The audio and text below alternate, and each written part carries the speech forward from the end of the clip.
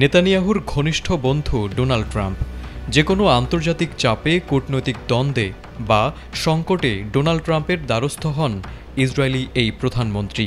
তবে এবার সেই মার্কিন নেতাই রীতিমতো ফোন করে নেতানিয়াহুকে শাসিয়েছেন। প্রশ্ন উঠেছে, কি এমন ঘটল যে এতদিনের মিত্রতা মুহূর্তেই উত্তপ্ত বাক্যবিনিময়ে পৌঁছালো?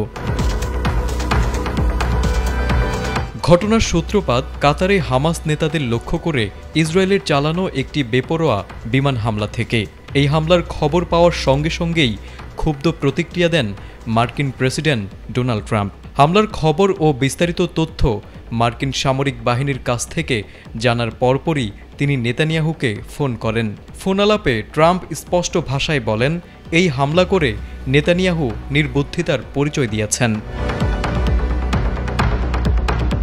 সম্প্রতি সংবাদ মাধ্যম ওয়াল স্ট্রিট জার্নাল তাদের এক প্রতিবেদনে জানিয়েছে, মঙ্গলবার কাতারে এই হামলার পরপরই ট্রাম্প নেতানিয়াহু ফোনালাপ হয়। ওয়ালটন এখন দেশের সীমানা পেরিয়ে পৌঁছে গিয়েছে 50টিরও বেশি দেশে।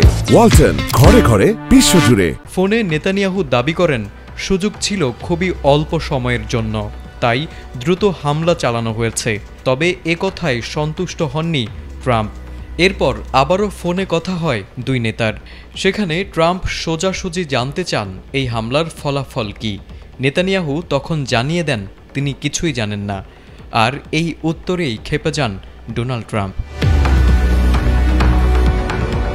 এদিকে হোয়াইট হাউসের এক সিনিয়র কর্মকর্তা বলেন, এই ঘটনায় ট্রাম্প নেতানিয়াহুর উপর খুবই হতাশ।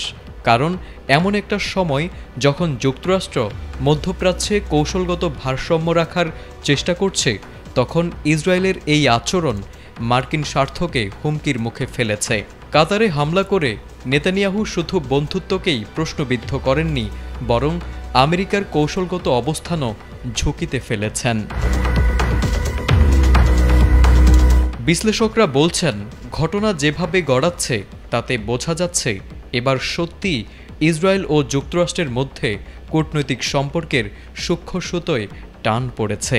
ঘনিষ্ঠ বন্ধু ট্রাম্পের এই ক্ষুব্ধ প্রতিক্রিয়া নেতানিয়াহুর জন্য নিঃসন্দেহে একটি বড় বার্তা। পরবর্তী পদক্ষেপ কী হবে তা এখন দেখার বিষয়।